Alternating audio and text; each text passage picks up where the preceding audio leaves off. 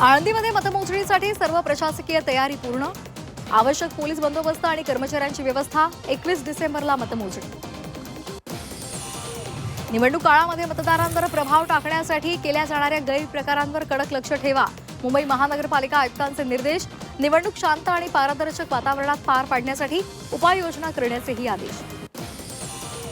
पुणे महापालिका निवडणुकीसाठी सुट्टीच्या दिवशीही कामकाज सुरू राहणार.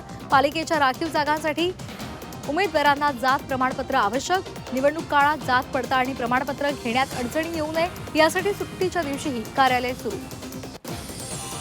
पिंपरी चिंचवड महानगरपालिका निवडणुकांसाठी अंतिम मतदार याद्या प्रसिद्ध. जवळपास 130 मतदार याद्यांची विक्री. पालिकेला 1 लाखांचा महसूल. नवी मुंबईमध्ये काँग्रेसला मोठा धक्का. पूनम पाटील यांचा शिवसेनेमध्ये प्रवेश. काँग्रेसवर ऐन निवडणुकीमध्ये जिल्हाध्यक्ष नेमण्याची नामुष्की.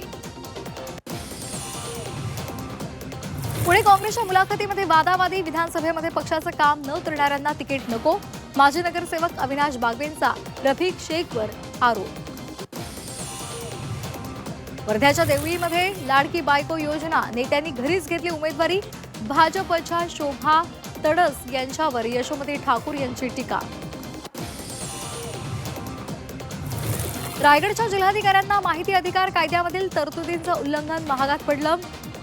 नवी शेवा गावाच्या पुनर्वसनासंदर्भात माहिती अधिकार कायद्यानुसार राज्य माहिती आयोगाकडे अपील दाखल. सुनावणीला 3 वेळा संधी देऊन सुद्धा हजर न राहिल्यामुळे जिल्हाधिकाऱ्यांना 25,000 रुपयांची नुकसान भरपाई देण्याचे आदेश. यवतमाळमध्ये रेती तस्करांकडून पोलीस पथकावर गोळीबार. गोळीबारानं सर्व आरोपी फरार. पोलिसांकडून आरोपींचा शोध सुरू.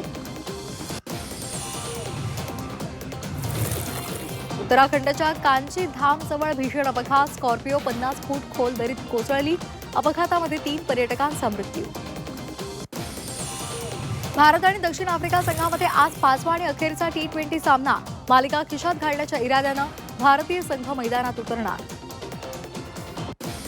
मुंबई विमानतळावरून 2025 मध्ये 48 लाखांहून अधिक प्रवाशांनी वाहतूक केली. सर्वाधिक प्रवासी संख्येसह आंतरराष्ट्रीय मार्गांमध्ये Dubai, London, Heathrow, Abu Dhabi, Singapore आणि दोहा यांचा समावेश. तर देशांतर्गत मागणीमध्ये दिल्ली, बेंगळुरू आणि चेन्नई, कोलकाता, हैदराबाद यांची आघाडी.